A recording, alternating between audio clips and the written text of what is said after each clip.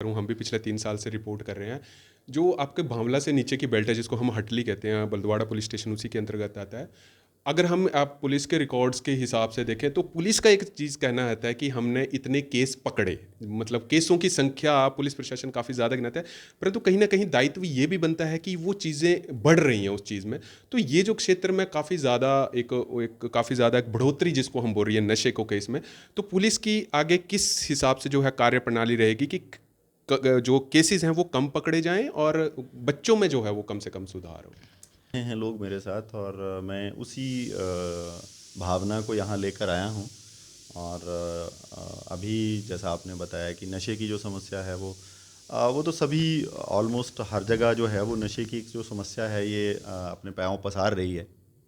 इसके पीछे बहुत सारे कारण जो हैं वो हैं, जिसमें से सबसे बड़ा कारण जो है वो आपस में बात ना कर पाना है। जो हिमाचल फास्ट एक्सप्रेस में आप सभी का स्वागत है। मैं हूं हरीश।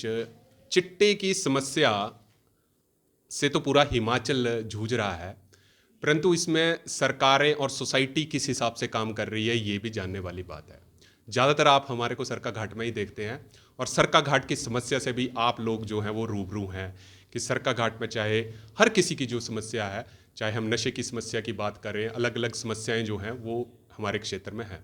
मैं आपको बता दूं कि इस वक्त मैं मौजूद हूं सरका घाट के सचिवालय में, और यहाँ पर हमारे साथ मौजूद सरका घाट के नए डीएसपी संजीव गौतम जी हैं। ज़रूर इनसे सवाल जवाब हम ज़रूर करेंगे आपकी हित के लिए। सर, सबसे पहले आपका चैनल पर स्वागत है हमारा। धन्यवाद। मैं आपके माध्यम से सभी व्यूअर्स का भी धन्यवाद करूँगा और आपका भी बहुत धन्यवाद।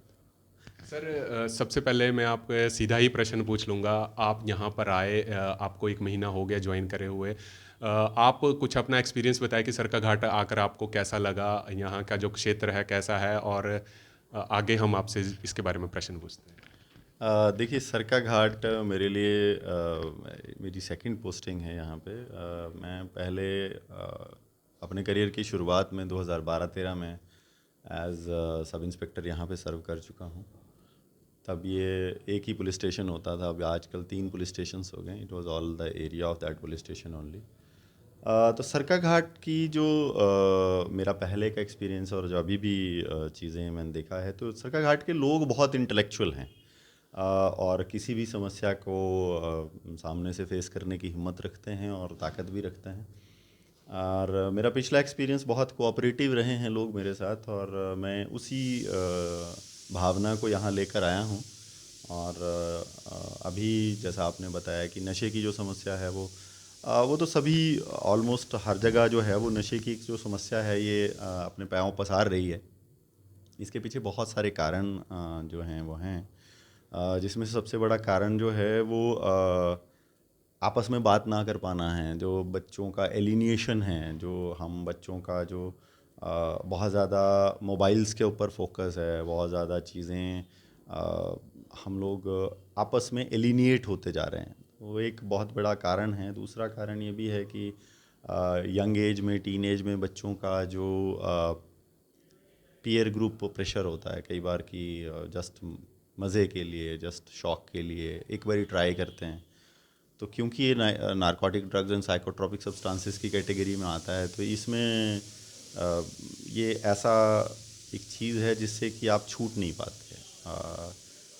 मेरा जो एक्सपीरियंस है वो ये कहता है कि कई बार जो बहुत अच्छे बच्चे हैं, जो बहुत प्रॉमिसिंग बच्चे हैं, वो इस लत में एक बारी पड़ जाते हैं तो वो बाहर नहीं निकल पाते। और वो इस विषय में क्योंकि बात नहीं करते, किसी अपने पेरेंट्स से बात नहीं करते, और उनमें जो बदलाव आ रहे हैं शायद वो पेरेंट्स नोट नहीं कर पाते। हम लोग उसके विषय में इतनी ज़्यादा जागरूक नहीं हैं, तो इस वजह से ज़्यादा बढ़ रहा है। मैं आपकी जानकारी के लिए बता दूं कि सभी से मैं अनुरोध करूंगा कि अगर कोई बच्चा आपका किसी नॉर्मल अपनी बिहेवियर से अलग व्यवहार कर रहा है, मान लीजिए कि वो थोड़ा चुप चुप रह रहा है, थोड़ा अलग रह रहा है, बात कम कर रहा है, उसके मूड स्विंग काफ़ी ज़्यादा आ रहे हैं, अचानक से गुस्सा कर ले रहा है, चिड़चिड़ापन आ रहा है, उसकी सेहत में गिरावट आ रही है, तो ये सारे सिम्टम जो हैं वो इशारा करते हैं कि हमें एक तो उससे बात करनी चाहिए और दूसरा उसका हेल्थ चेकअप भी करवाना चाहिए।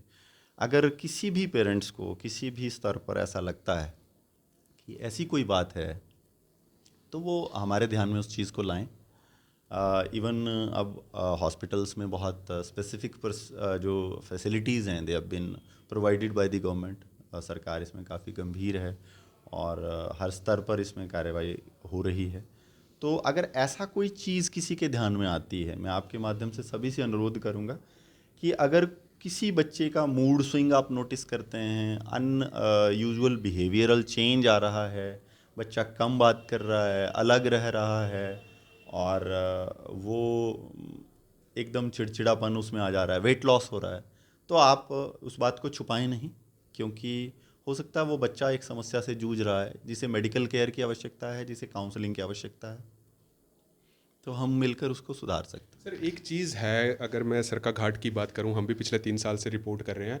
जो आपके भांवला से नीचे की बेल्ट है, जिसको हम हटली कहते हैं, बलदवाड़ा पुलिस स्टेशन उसी के अंतर्गत आता है। अगर हम आप पुलिस के रिकॉर्ड्स के हिसाब से देखें तो पुलिस का एक चीज़ कहना रहता है कि हमने इतने केस पकड़े, मतलब केसों की संख्या पुलिस प्रशासन काफ़ी ज़्यादा गिनाता है, परंतु कहीं ना कहीं दायित्व ये भी बनता है कि वो चीज़ें बढ़ रही हैं उस चीज़ में।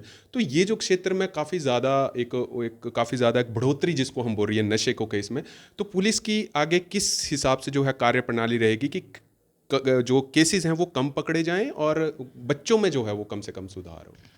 देखिए इसमें मेरा ये जैसा आप मुझे बता रहे हैं कि हटली क्षेत्र में ज़्यादा ये समस्या आपको देखने में आ रही है, तो मैं आपके माध्यम से आपसे भी अनुरोध करूंगा और आपके माध्यम से सभी दर्शकों से भी अनुरोध करूंगा कि आप इस विषय में पुलिस को सूचना दें। देखिए पुलिस हर जगह हर समय मौजूद नहीं हो सकती, परंतु समाज के जो लोग हैं, जो सरकाघाट की प्रबुद्ध जनता है, वो हमें सूचना दे। हम हमारा जो इन्फॉर्मेंट है उसका नाम जो है हमारे से कोर्ट भी नहीं पूछ सकता। It is a legal remedy provided to police that जो इन्फॉर्मेंट का नाम है दैट इज़ केप्ट सीक्रेट, और उनकी पहचान हम पूरी तरह से गुप्त रखेंगे और गुप्त रखी जाती है इनफैक्ट। बाकी जहाँ तक आपने प्राथमिकता की बात की, तो सबसे बड़ी प्राथमिकता तो ये है कि हम लोग इसको मिशन मोड पे लेके जो है वो जागरूकता अभियान जो हैं वो छेड़ेंगे और लोगों के बीच जाकर इसमें हम जागरूकता फैलाने की प्रयास करेंगे और स्पेशल कैंपेन्स हम लॉन्च करेंगे specially to the younger children, जो कॉलेज गोइंग स्टूडेंट्स हैं, जो बच्चे ITIs में पढ़ रहे हैं, स्कूल गोइंग चिल्ड्रन हैं, उनके हम कोशिश करेंगे कि हम उनसे संवाद स्थापित कर सकें ताकि ज़्यादा से ज़्यादा इन्फॉर्मेशन हमारे पास गैदर हो। और जहाँ तक बात है पेडलर्स की, तो इसमें ऐसा कोई सेट रूल नहीं हो सकता कि पेडलर्स को इस तरह से पकड़ा जाएगा।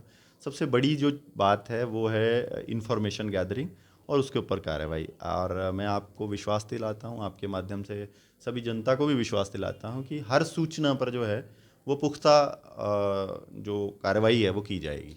सर अंतिम प्रश्न, ज़्यादा समय नहीं जाहिर करूंगा। जब भी हम कोई नशे की खबर अपने चैनल पे चलाते हैं कि ये इतना चिट्टे वाला पकड़ा गया, यहाँ पे ये पुलिस ने ये पकड़ा, तो लोगों का जो है हम रुझान क्या रहता है? लोगों का ये रुझान रहता है कि जो बड़ी मछलियाँ हैं, ये 5 ग्राम 2 ग्राम, इनके ऊपर पुलिस ज़्यादा हाथ डालती है। और जो बड़े पैडलर्स हैं, लोगों का जो है वो कहना है, इसके ऊपर क्या कहेंगे कि जो बड़ी मछलियाँ हैं उसके ऊपर पुलिस मतलब कम फोकस है कि उन तक पहुँच नहीं पाती है? क्या इस चीज़ के ऊपर थोड़ा सा प्रकाश डालें? देखिए ऐसा है कि जो बड़ी मछलियाँ या छोटी मछली, हमारे लिए तो कोई भी व्यक्ति जो इस नशे में संलिप्त है वो एक अपराध को बढ़ावा दे रहा है और वो उसके खिलाफ कार्रवाई करना हमारी नैतिक जिम्मेवारी है और हम उसको करेंगे, चाहे वो किसी भी स्तर पे कोई भी व्यक्ति हो।